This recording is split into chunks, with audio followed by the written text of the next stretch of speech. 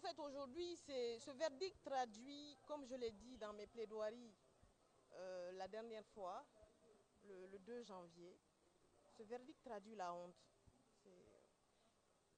Ce procès est le procès de la honte.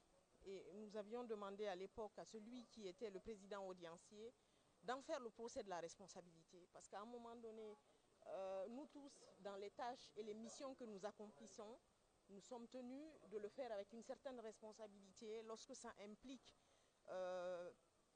les serments que nous avons prêtés pour exercer notre profession.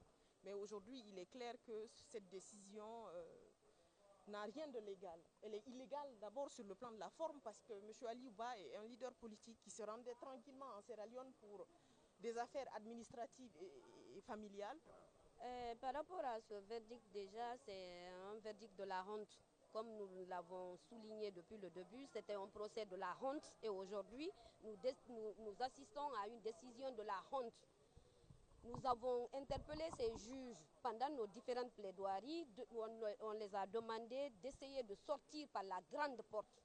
Par la grande porte, c'était de dire le droit et de ne pas accepter d'être l'instrument par lequel les autorités doivent se servir pour torpiller, pour éteindre les voix dissonantes dans ce pays-là. Mais malheureusement, et très fort malheureusement, les juges se sont illustrés dans ce cadre-là à donner une décision de la honte qui fait honte à toute la justice guinéenne, qui fait honte à tous les Guinéens épris de justice. Alors déjà, il y avait des signes avant-coureurs, comme on dit.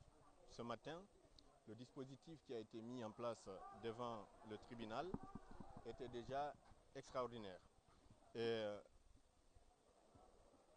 tout était en place pour amener M. Ba en prison.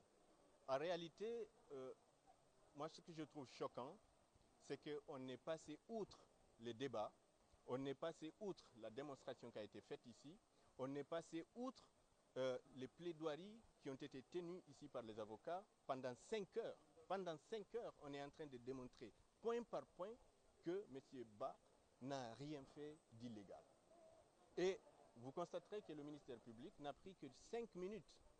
Et c'est dommage de voir que le juge l'a suivi dans cela. Parce que dans la prononciation du verdict, il n'a changé ne serait-ce qu'une virgule dans ce qui a été requis par le ministère public. En quoi cela démontre l'indépendance des juges dans ce pays? Puis, il y a l'aspect politique.